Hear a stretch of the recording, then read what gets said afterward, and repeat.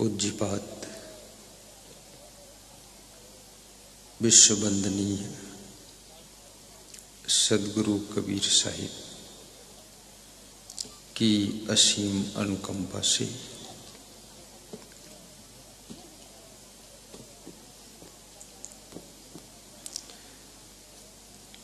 भारत देश की भक्त भूमि बिहार प्रदेश डिस्ट्रिक्ट सुपौल थाना जदिया ग्राम हरिनाहा की पावन धरा पर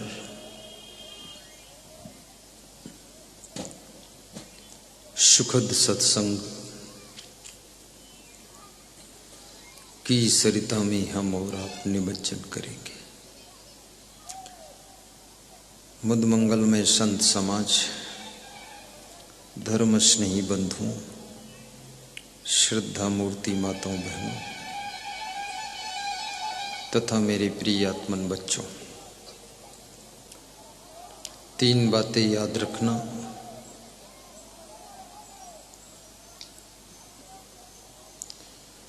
तन थिर मन थिर बचन थिर सुरति निरत थिर होय। कहीं कबीर वाह पलक ही कलप बराबर होय। कहीं कबीर वाह पलक ही कलप बराबर होय।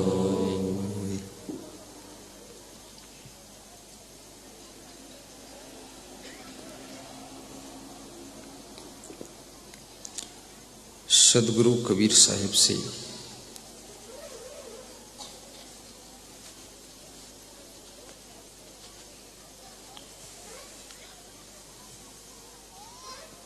किसी भक्त ने प्रश्न पूछा है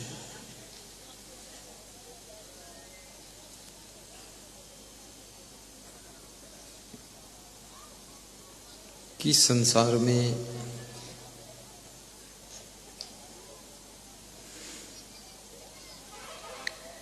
प्रायः मनुष्य चिंतित रहता है, दुखी रहता है, परेशान रहता है। लंबी जिंदगी जीने के बाद भी अपने आप को ऐसा एहसास करता है कि जीवन व्यर्थ सा है। तो ये जीवन सार्थक कैसे हो? तो साहिब कहते हैं, जिस समय मनुष्य का तन स्थिर हो जाए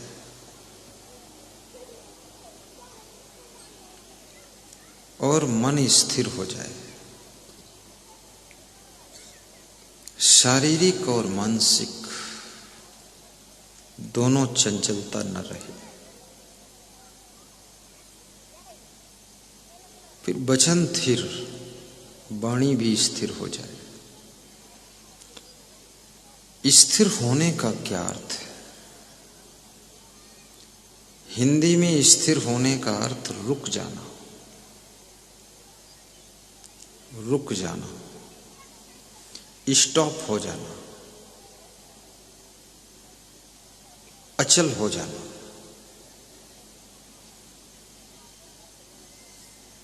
एक्टिवेट न होना, अर्थात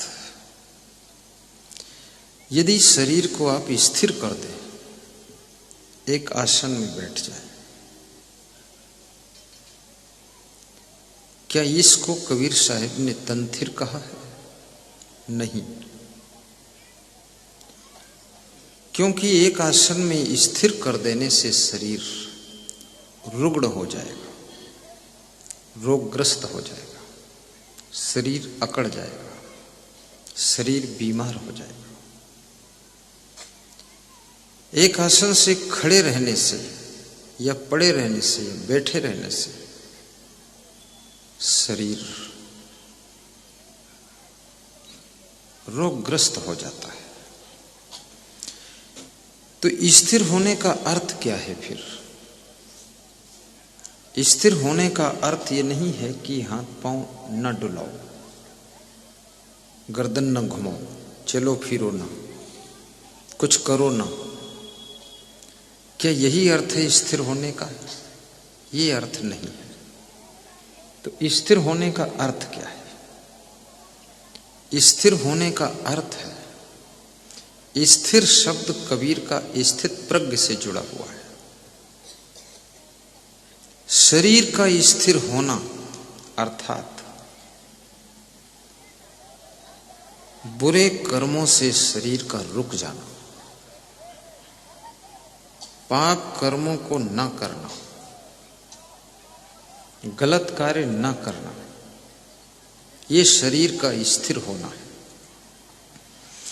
शरीर से मुख्य रूप से 3 पाप होते हैं: चोरी, हिंसा और व्यभिचारी।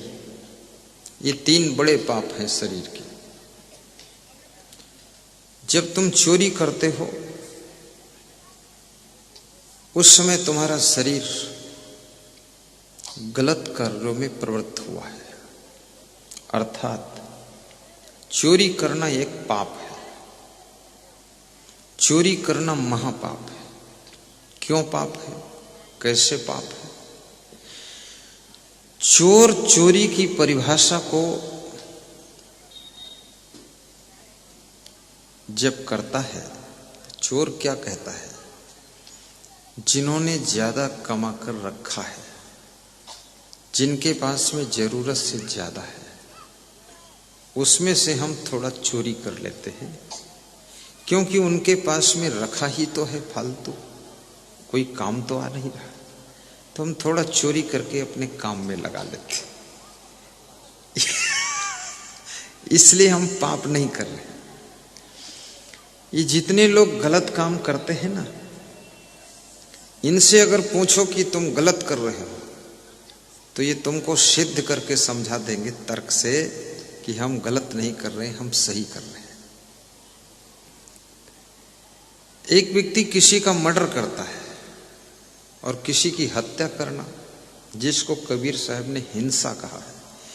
हिंसा मतलब होता है मारना किसी को, अहिंसा का मतलब है ना मारना। हिंसा और अहिंसा में भी समझ लेना। हिंसा का अर्थ होता है किसी को मार देना, अहिंसा का अर्थ होता है ना मारना, बचा देना, छोड़ देना। तो जो हिंसा करते हैं लोग, यानी मर्डर कर देते हैं, उनसे पूछो कि तुमने तो बहुत बड़ा पाप किया, किसी की हत्या कर दिया है, तो क्या कहता है? वो कहता है तुमको पता नहीं है, ये पाप नहीं किया है। जिस व्यक्ति की मैंने हत्या किया है, इस व्यक्ति ने 10 व्यक्तियों की हत्या किया था, और ये अगर जिंदा रहता तो 10 साल में और 10 की हत्या करता। इसलिए मैंने इसकी 1 की हत्या कर दिया, ताकि इसकी आगे की जिंदगी में 10 हत्याएं और होना था, वो रुक गई, बच गई, तो वो पुण्य हो गया। और 1 मार दिया मैंने, तो ये कोई खास पाप नहीं है। वो भी समझाता है। ये व्यभिचार करने वाले लोग भी ये अपने आप को समझा लेते हैं, लेकिन याद रखना, समझा लेने से कोई सत्य चेंज नहीं हो जाता है। तुम दूसरों को समझा दो और खुद को समझा लो, लेकिन सत्य सत्य रहता है, गलत गलत रहता है, झूठ झूठ रहता है, पाप पाप रहता है, पुण्य पुण्य रहता है। तुम लाख समझाओ कि ये नमक जो है सफेद रंग का है, ये भी शक्कर से कम नहीं, समझा सकते हो, क्योंकि इसका रंग वैसा ही है नमक का, तो ये शक्कर से कम नहीं है। लेकिन शक्कर के मुकाबले में नमक में कोई दम नहीं है। क्यों? रंग तो एक जैसा है और पैकिंग भी एक जैसी होकर आ गई है, लेकिन उसके स्वाद में अंतर है। शक्कर में मिठास होती है, नमक में खारापन होता है। पुण्य में मिठास होती है, पाप में खारापन होता है। याद रखना, समझाने मात्र से नमक शक्कर नहीं बन सकता है, ऐसे पाप पुण्य नहीं बन सकता। किसी को समझा तो तर्क करके। ये मांस खाने वाले लोग भी समझाते हैं, ये कहते हैं आखिर मुर्गी, मुर्गा, बकरी, बकरा ये क्या काम आएंगे, ये किस काम आएंगे तुम बताओ। ये मछलियां क्या काम आएंगी, खेत में हल चलाएंगी। आखिर इनको खाएंगे नहीं तो पूरा तालाब मछलियों से भर जाएगा, तो उसमें जगह कहाँ बचेगी। तो थोड़ा सा बैलेंस बना देता हूं, कुछ खा लेता हूं, कुछ रहती है।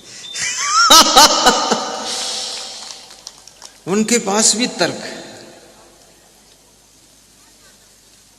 वे कहते हैं अंडे क्या काम आएंगे, ये चिड़ियां क्या काम आएंगी।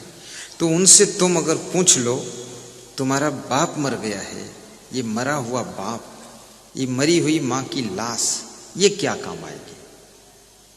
तो इसकी एक एक टांग काट करके खा लो पका करके, क्यों नहीं खाते हो। जो क्या काम आएगा, कोई काम नहीं आएगा, तो क्या उसका तुम पका कर खा लोगे। तुमसे पूछ रहे हैं ये मुर्गे और बकरे कि तुम क्या काम आओगे, तुम क्या काम आओगे। तो तुम कहते हो हम फैक्ट्री चलाएंगे। तो बकरे मुर्गे पूछ रहे हैं फैक्ट्री चलाने से हमारा क्या फायदा है। तुम फैक्ट्री चलाओ, चाहे फैक्ट्री चलाओ, तुम क्या काम मेरे आओगे, कुछ काम नहीं आओगे। तो क्या मैं तुमको नोच के खा जाऊं।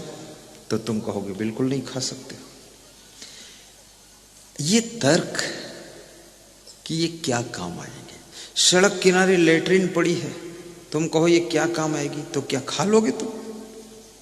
जो क्या काम ना आए तो उसको खा लोगे क्या। इसका तुम ठेका लिए हो जो क्या काम ना आए। ये तो प्रकृति की व्यवस्था है। मछलियां जल में तैरती हैं, मुर्गे धरती पर कीड़े मकोड़े गंदगी को खाते हैं, बकरी बकरी हरी पत्तियां खाते हैं। बकरी पाती खात है ताकि काढ़ी खाल, और जो नर बकरी खात है ताका कौन हवाल। जो बकरी पत्ती खाती है, उस बकरी की मनुष्य खाल निकाल कर उसका मांस खाता, खाल की ढोल बना देता है। तो कबीर साहब कहते हैं जो लोग बकरी को ही खाते उनका क्या हाल होगा। बहुत बड़ी बात है। बकरी जो पत्ती खाती है उसकी तो खाल खींच लिया, उसका मांस पका कर खा लिया, और जिन लोगों ने बकरी को ही खा लिया उनका क्या हाल होने वाला है। बहुत ऊंची बात कबीर साहब ने कही है। इसलिए कबीर साहब कहते हैं जीव मत मारो बापुरा, सबका एक ही प्राण, हत्या कबहु न छूटी है जो कोटिन सुनो पुराण। किसी की हत्या करना पाप होता है, लेकिन स्थान स्थान परिवर्तन होने से हत्या भी शुभ मानी जाती है। जैसे हिंदुस्तान और पाकिस्तान बॉर्डर पर यदि हिंदुस्तान के जवान पाकिस्तान के आतंकवादियों की हत्या करते हैं तो आप क्या कहते हो। आप कहते हो बहुत पुण्य का काम हुआ है, देश धर्म निभाया है। लेकिन जब आपके जवानों की वहां हत्या होती है तो तुम क्या कहते हो। तुम कहते हो वो शहीद हो गए। शहीद शब्द निकाला गया है। ऐसा नहीं कहा गया वो मारे गए हैं या उनका मर्डर हुआ है, नहीं, शहीद हो गए। शहीद क्यों कहा गया। क्योंकि वो सही काम के लिए उन्होंने अपनी जिंदगी को दांव पर लगा दिया है। इसलिए सही काम के लिए जो मरता है उसको शहीद कहा जाता है। जो बुरे काम के लिए मरता है उसको कहते हैं ये मर गया है। अच्छे काम के लिए तुम मर गए तो शहीद हो गए, लेकिन अच्छे काम के लिए अगर जी रहे हो तुम तो ये और बहुत बड़ी बात हो गई। राष्ट्रकवि मैथिली शरण गुप्त कहते हैं कि मनुष्य वह जो मनुष्य के लिए मरे। उन्होंने ऐसा कहा, पर मैं ऐसा कहता हूं कि मनुष्य वह जो मनुष्य के लिए जिए। तुम मर गए तो मनुष्य के लिए आगे क्या करोगे। तो मर ही गए, खत्म हो गए, जीरो हो गए, शून्य हो गए, बात खत्म हो गई। मनुष्य वह जो मनुष्य के लिए जिए, मरने की जरूरत नहीं है, मनुष्य के लिए जीने की जरूरत है। और मनुष्य के लिए जितना लंबा जियोगे उतना ज्यादा मनुष्यता की रक्षा होगी, मानवता की रक्षा होगी। और मनुष्य अगर मनुष्य के लिए जी रहा है तो वह मनुष्य मनुष्य नहीं है, वह मनुष्य देवी देवता से कम नहीं है जो मनुष्य मनुष्य के लिए जी रहा है। जैसे अभी आज यहाँ के एक भक्त हैं जिन्होंने संकल्प लिया था यहाँ प्रोग्राम कराना है। खड़े हो, कहाँ है संकल्प वाला, कहाँ है, क्या नाम है? गुलाब चंद साहब। इन्होंने संकल्प लिया था कि हमें ये संत जी को लाना है। संकल्प, इनके संकल्प को सफल बनाने के लिए पूरे गांव के लोग, उस क्षेत्र के लोग भी जुट गए कि यदि तुमको लाना है तो मुझे इस प्रोग्राम को सफल बनाना है। तो इन्होंने रामस्वरूप साहेब माथा वाले के आश्रय में चले गए कि साहेब आप भी साहेब है, वो भी साहेब है, थोड़ा मदद करो, आप तारीख वारीख दिलाओ। तो रामस्वरूप साहेब यहाँ 1-1.5 महीने से लगे हुए हैं। बहुत बड़ी बात है। अच्छे काम का संकल्प लिया और ग्रामवासियों ने सबने मिलजुल करके उस संकल्प को पूरा किया। आज कितना आनंद आ रहा है इस गांव में, हरिनाहा में। ऐसे लगता है छोटा मोटा कुंभ यहां हो रहा है। माता बहन भी खुश है, पुरुष बंधु खुश है, संत खुश हैं, हम भी खुश हैं और सबको प्रसन्नता है कि आनंद आ गया हमारे गांव में। और इसी तरह से संकल्प लिया है ओम प्रकाश महतो जी ने। पास के गांव में रहते हैं, खड़े हो। कौन सा गांव? टोनहाहार, टोनहा अररिया जिले में है। डिस्ट्रिक्ट अररिया, टोनहा गांव, भरगवा प्रखंड। उनका संकल्प है, बहुत विशाल प्रेम गुरु के लिए उमड़ा है।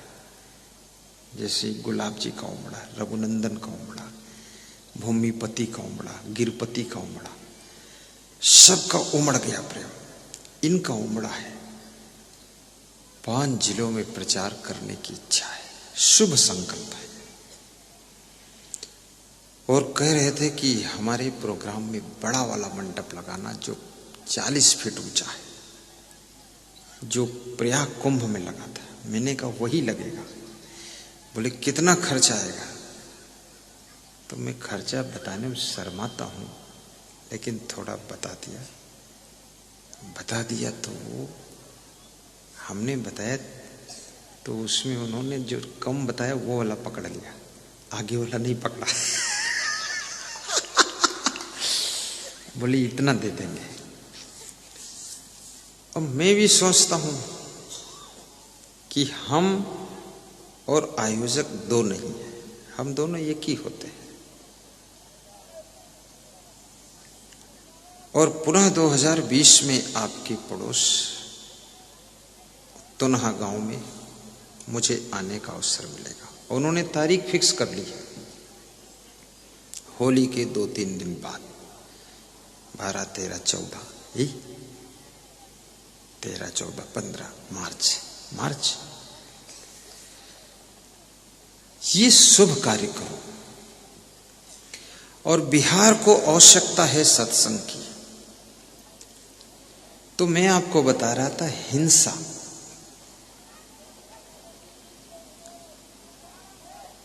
पुलिस यदि किसी चोर को मारती है तो कोई नहीं कहता ये पाप हुआ है, लेकिन आप किसी व्यक्ति को मारो तो लोग कहते हैं बहुत बड़ा पाप है। देश के बॉर्डर पर यदि 1000 लोग मर जाएं, कोई नहीं कहता पाप हुआ है, कहते देश धर्म का पालन हो रहा है। स्थान परिवर्तन के अनुसार धर्म और अधर्म की परिभाषा बदल जाती है, स्थान परिवर्तन के हिसाब से। क्योंकि देश धर्म, मानव धर्म, भाई का धर्म, पिता का धर्म, माँ का धर्म, पतोहू का धर्म, सासू का धर्म, देवरानी जेठानी का धर्म, पड़ोसी का धर्म, डॉक्टर का धर्म, टीचर का धर्म, नौकर का धर्म, गुरु का धर्म, शिष्य का धर्म, भक्त का धर्म, गांव वालों का धर्म, ड्राइवर का धर्म, सबके धर्म अलग अलग धर्म है। जब कोई डाकू तुम्हारे पास में आता है तो चाकू से तुम्हारा पेट फाड़ देता है, वो तुम्हारे मरने के लिए पेट फाड़ता है कि मर जाए, और पेट फाड़ करके वो भी पैसा लेता है, आपके पास जितना है उतना लेता है, उसकी फीस निर्धारित नहीं डाकू की, वो जितना मिल जाए उतने फीस में संतुष्टि कर लेता है, लेकिन पेट फाड़ देता है।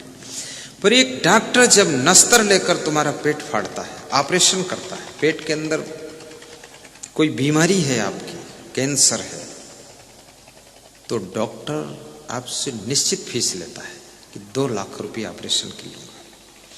पेट दोनों फाड़ रहे हैं, एक जैसा काम है, डॉक्टर भी फाड़ रहा और डाकू भी फाड़ रहा है, और पैसे भी दोनों ले रहे हैं। डाकू निर्धारित पैसे नहीं लेता, जितना मिल जाए उतना ठीक है, संतोषी है, बड़ा दयालु, और डॉक्टर तो निश्चित लेता 2 लाख देना ही पड़ेगा। लेकिन दोनों की पेट फाड़ने की भावना में बहुत बड़ा अंतर है। डॉक्टर इसलिए पेट फाड़ता है कि तुमको एक नई जिंदगी प्रदान कर सके और पैसा भी लेता है। डाकू इसलिए पेट फाड़ता है, पैसा वो भी लेता है कि तुम्हारी ये जिंदगी अब समाप्त हो जाए, क्योंकि तुम जिंदा रहोगे तो मुझे डिस्टर्ब करोगे, इसलिए तुम्हें पेट फाड़कर मार भी देता हूं ताकि हम सुरक्षित रहें, कोई पता ना चले। दोनों का एक काम है, काम एक जैसा है, लेकिन काम में पुण्य और पाप जुड़ा हुआ है। डॉक्टर जिंदगी देता है इसलिए पुण्य का काम हो रहा है, और डाकू तुम्हारी जिंदगी को ले लेता है इसलिए पाप का काम हो रहा है। तो मैं निवेदन करूंगा, काम को भी समझना। मनुष्य वह जो मनुष्य के लिए मरे, मनुष्य वह जो मनुष्य के लिए जिए, मनुष्य वह जो मनुष्य के लिए कुछ करे, अच्छा करे। आपका जीवन चोरी, हिंसा और बेविचार, ये बेविचार करने वाले लोग भी खुद को समझा लेते हैं, स्वयं को समझा लेते हैं, और समझाने के बाद ये बेविचार करते हैं। लेकिन कितना ही तुम अपने को समझा लो उल्टे तर्क करके, परंतु जो पाप है वो पाप रहता है, पुण्य है वो पुण्य रहता है, धर्म धर्म ही रहता है, अधर्म अधर्म ही रहता है। खुद को उल्टे तर्क देकर समझा लेना, दूसरों को कुतर्क करके समझा देना, इससे याद रखना अंधेरा उजाला नहीं हो सकता है, उजाला अंधेरा नहीं बन सकता है। कुतर्की लोग गलत को सही, सही को गलत सिद्ध कर सकते हैं, लेकिन याद रखना कितना ही सिद्ध करो तुम, लेकिन जो जैसा है वैसा ही रहता है। तुम्हारे सिद्ध करने से साइकिल मोटरसाइकिल नहीं हो सकती है, मोटरसाइकिल हवाई जहाज नहीं बन सकती है। वो जो है मोटरसाइकिल मोटरसाइकिल रहेगी, साइकिल साइकिल रहेगी, हवाई जहाज रहेगा। सिद्ध चाहे जितना करो, उल्टा पलटा तर्कों से सत्य को झुठलाया नहीं जा सकता।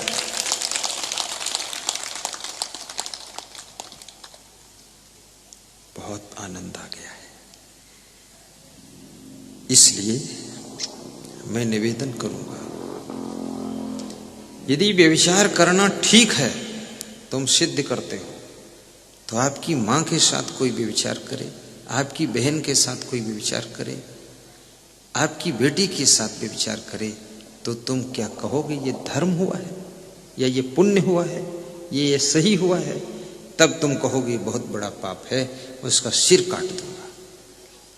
अब क्यों तुम सत्य न्याय पर आ गए? अगर हिंसा करना सही है तो आपकी टांग को कोई काट कर पका कर खाना चाहे तो क्या काटने दोगे? टांग काटने वाले का तो सिर काट दोगे। तो फिर कैसे तुम बकरे, मुर्गे, भैंसे की हिंसा करते हो? कैसे गाय, मछली की हिंसा करते हो? कैसे उनको मार कर खाते हो? खाया ही नहीं जा सकता है। जैसे आपने सुना होगा, मुसलमान भाई कहते हैं जर्रे जर्रे में खुदा है, और हिंदू कहते हैं कण कण में राम है। हिंदू भी बड़े उदार है, इन्होंने कण कण में राम बताया है। और मुसलमान भी कहता है जर्रे जर्रे में खुदा है। और मुसलमान पहला कलमा पढ़ता है कुरान शरीफ का तो यही कहता है कि बिस्मिल्लाह रहमान रहीम, सब पर रहम करने वाला रहमान वही बिस्मिल्लाह है, रहम करने वाला रहमान। और ऐसे रहम करने वाले रहमान की रहम को पाना चाहते हो तो आपको भी तो रहम दिल बनना पड़ेगा। फिर ये बेरहमी के साथ गाय को काट कर खाना, बकरे को काट कर खाना, भैंसा को काट कर खाना, अंडे मुर्गे खाना, ये बेरहमी से वो रहमान की रहम चाहते हो तुम, कैसे रहम करेगा। दया सिंधु की दया चाहते हो, स्वयं निर्दयी बने हुए हो।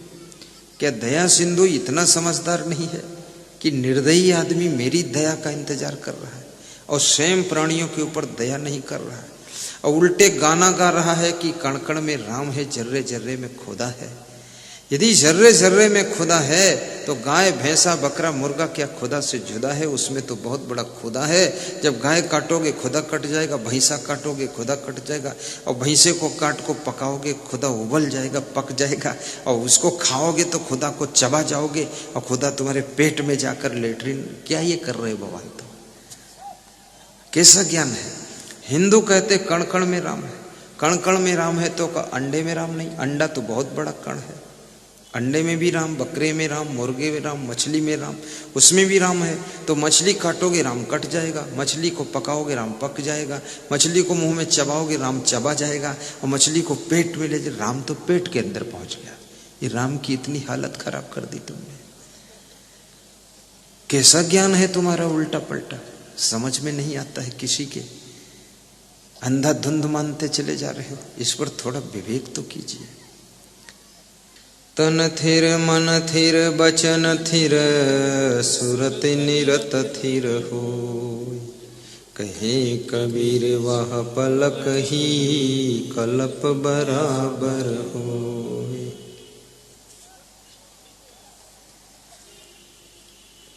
जिसका तन स्थिर हो जाए, अर्थात शरीर गलत कार्यों में प्रवृत्त ना हो, ये शरीर कुकर्म ना करे, इस शरीर से दुष्कर्म ना हो, तो समझ लेना उसका शरीर स्थिर हो गया है। वो शरीर स्थिर है जिसके शरीर से चोरी हिंसा व्यभिचार समाप्त हो गया है। व्यभिचार को महापाप कहा गया है।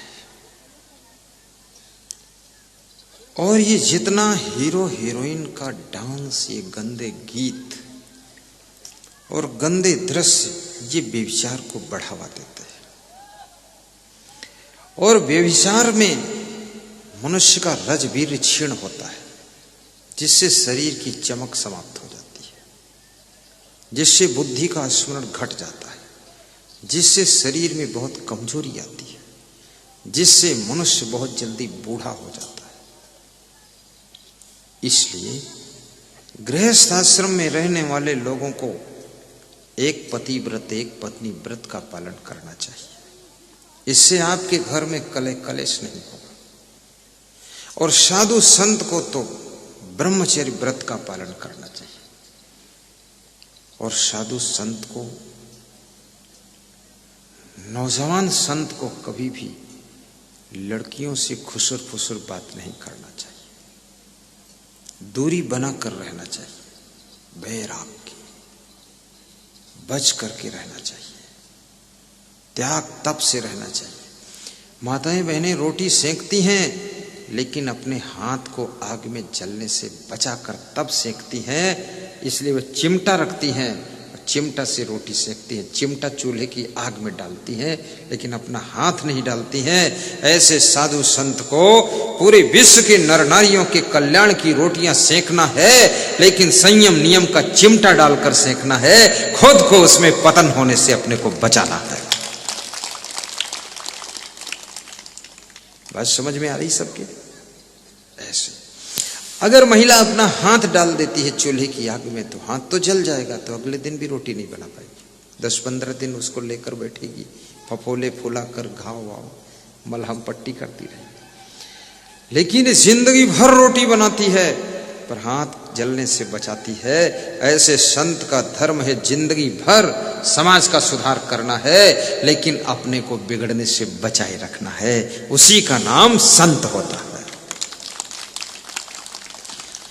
ये तालियां इतनी मरी मराई क्यों बजाते हो? समझ में नहीं आता। तुम्हारा हाथ जल गया है क्या? फफोले है, जोर से मारो।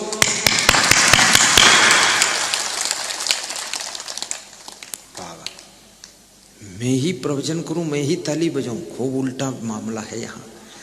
हाँ, अरे आप बजाओ, आप हंसो। मंगल भवन अमंगल हारी, द्रवहु सुदशरथ अजीर बिहारी। मंगल भवन अमंगल हारी, द्रवहु सुदशरथ अजीर बिहारी, द्रवहु सुदशरथ अजीर बिहारी। बात समझ में आई अब हमारी, झूठी है सारी दुनियादारी। और न लो अब परीक्षा हमारी, आए शरण हम गुरु जी तुम्हारी। और न लो अब परीक्षा हमारी, आए शरण हम गुरु जी तुम्हारी। मंगल भवन अमंगल हारी, जय जय जय गुरु देव तुम्हारी। जय जय जय गुरु देव तुम्हारी। जय जय जय गुरु देव तुम्हारी। मंगल भवन अमंगल हारी, मंगल गये गुलाब चंद अमंगल हारी, द्रवहु सुदशरथ अजीर बिहारी। बड़े भागी मानुष तन पावा, सुर दुर्लभ सद ग्रंथन गावा। सुर दुर्लभ सद ग्रंथन गावा, बड़ी भागी मानुष तन पावा। बड़े भागी मानुष तन पावा। बोलिए सद्गुरु भगवान की जय, संत भगवान की जय।